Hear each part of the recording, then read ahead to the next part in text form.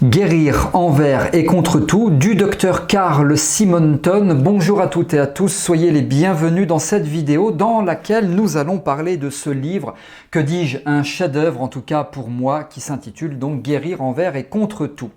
Qui suis-je? Je suis David Vigneron, je suis formateur en hypnose clinique, formateur en EFT, en thérapie brève et par ailleurs infirmier diplômé d'État, et régulièrement je propose de nouvelles vidéos sur ma chaîne YouTube. Pour être informé lors de la sortie de celle-ci, abonnez-vous, cliquez sur le bouton s'abonner et activez la cloche de notification pour être informé lorsqu'une nouvelle vidéo sort, et c'est régulier. Alors, Guérir envers et contre tout, Dr Carl Simonton, c'est avant tout un livre qui parle de guérison. On a un petit peu peur dans nos milieux de thérapie, de santé aussi, de parler de guérison. Il a osé en parler et il va même un petit peu plus loin, guérir envers et contre tout. Rien que le titre déjà me donne des frissons, donc je vais critiquer ce livre, les points positifs et les points à améliorer, et je vais vous dire si oui ou non je vous recommande sa lecture. Alors, c'est un livre qui de base est destiné, je vous l'ai dit, à la guérison, plus particulièrement au cancer, guérison de cancer. Pas que, parce que quand vous avez lu le livre, qui représente quand même un certain nombre de pages, 330 ou 340 pages environ, vous comprenez que vous pouvez l'adapter à tout type de maladie. Bon, ceci étant, il est quand même de base plutôt destiné pour le cancer, enfin contre le cancer. Je vous montre le sous-titre, voilà. Vous le voyez, le focus est fait. Je vous montre le sous-titre et je vous le lis. Le guide quotidien du malade et de ses proches pour surmonter le cancer. Donc on est bien pour des personnes atteintes de cancer. Moi c'est et pas que ça, comme je vous l'ai dit. Et donc on parle de la méthode Simonton. La méthode Simonton, elle est décrite sur ce livre. Enfin, elle est décrite, la méthode en elle-même, dans la forme, et bien sûr, parce que vous avez quand même 340 pages, la méthode en elle-même dans le fond et dans la forme. Alors, vous voyez là, vous avez plein de petits marque-pages là, parce que quand je lis un livre, ou je surligne, ou je mets des marque-pages, ou les deux. Là, en l'occurrence, c'était des marque-pages. Alors, vous avez, moi, ce que j'ai aimé dans ce livre, vous avez des schémas, mais ce sont des schémas, j'imagine, faits à la main, peut-être par Carl Simonton. Quand vous lisez, vous comprenez ce que ça veut dire. Là, je vais vous les montrer, vous n'allez peut-être pas forcément comprendre quelque chose, mais ce sont des schémas d'illustration et j'aime bien ce type de schéma parce que c'est du simple qui mène à la compréhension. Quand je lis un livre, j'aime comprendre, sinon, pour moi en tout cas, je n'ai pas de nécessité de lire si je ne comprends pas. Alors, quelque chose de très intéressant, c'est qu'il y a tout un chapitre consacré sur la recherche de la cause du cancer. En thérapie, ok, on traite souvent les conséquences d'un problème, d'une phobie, de ce que vous voulez, mais on essaie aussi de trouver quelles sont les causes de cette phobie, du problème, de la douleur, du stress, du deuil, de je sais pas quoi. Enfin, le deuil, encore qu'on arrive quand même très souvent à trouver. Et là, c'est intéressant parce qu'il s'intéresse aussi à la cause du cancer. Alors, je vais prendre une page au hasard que j'ai pris là, que je prends donc que j'ai noté avec, mes marque-pages. Par exemple, au niveau, là je suis sur une page traitant de la gestion du stress, parce que pour lui stress et maladie c'est quand même lié. Stress et guérison, ou perte de chance de guérison, ou augmentation de chance de guérison, c'est lié.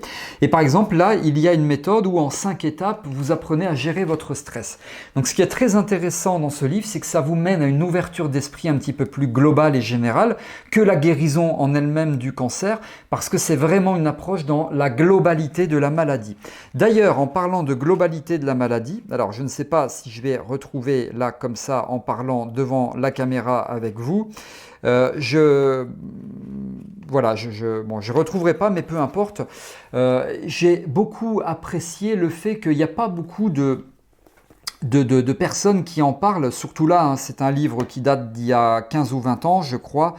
Faudrait revoir la date de publication, mais bon, en gros, c'était...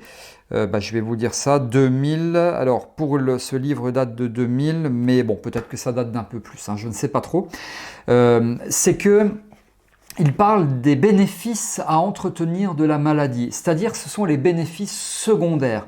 Et moi, il m'a quand même fallu, quand j'ai commencé à me former en thérapie, quelques formations avant qu'un formateur commence à nous parler des bénéfices secondaires. Un simple livre de 300 et quelques pages et vous parlez de bénéfices secondaires. Les bénéfices secondaires, c'est ce qui fait que la personne ne va pas guérir parce qu'elle a un certain nombre de bénéfices à rester malade. Et quand on entretient ces bénéfices à rester malade, eh bien on ne guérit pas ou on repousse l'échéance de guérison. Alors, j'en ai fait une référence de ce livre, notamment, vous trouverez selon les éditions sur la page 254, la communication avec la douleur, notamment dans ma méthode de prise en charge des douleurs chroniques, hypno-antalgie, prise en charge des douleurs chroniques, eh bien, ce fut pour moi une référence parce qu'il parle de communication avec la douleur, de visualisation de la douleur, sa couleur, etc., etc. Et en thérapie, on parle de ça, nous on parle de réification, on parle de chosification. Il parle également de méthodes de substitution de la douleur, etc. Alors vous allez me dire, est-ce que ça remplace une formation? Vous vous doutez de ma réponse. Évidemment que non, ça ne remplace pas une formation. Même si vous avez 340 et quelques pages, ça reste globalement des généralités, mais c'est peut-être un petit point amélioré, ça ne vous donne pas une formation à proprement parler. Mais enfin, dans un livre, vous n'allez pas retrouver une formation dans un livre. Donc ça reste quand même assez logique.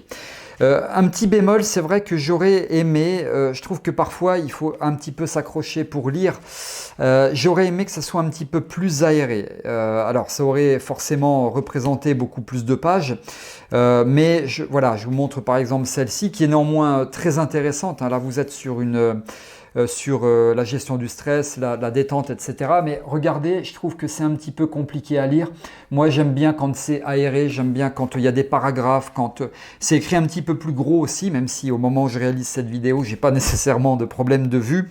Mais j'aime quand c'est écrit un petit peu plus gros et un peu plus aéré. Page 186, c'est là aussi ce que j'ai apprécié, c'est que, ok, on parle de cancer, mais il rentre dans les détails du cancer, notamment par rapport aux cellules cancéreuses, où il va proposer de les visualiser pour travailler dessus, etc. C'est pas juste sur le cancer en lui-même qui peut être perçu par le malade comme étant un immense microbe, il rentre dans le détail et notamment des cellules cancéreuses. Et un des outils favoris qu'il utilise, alors évidemment je peux qu'apprécier parce que c'est entre autres ce qu'on utilise énormément en hypnose, eh bien c'est l'imagerie mentale, pardon, j'allais dire médicale, mais l'imagerie mentale.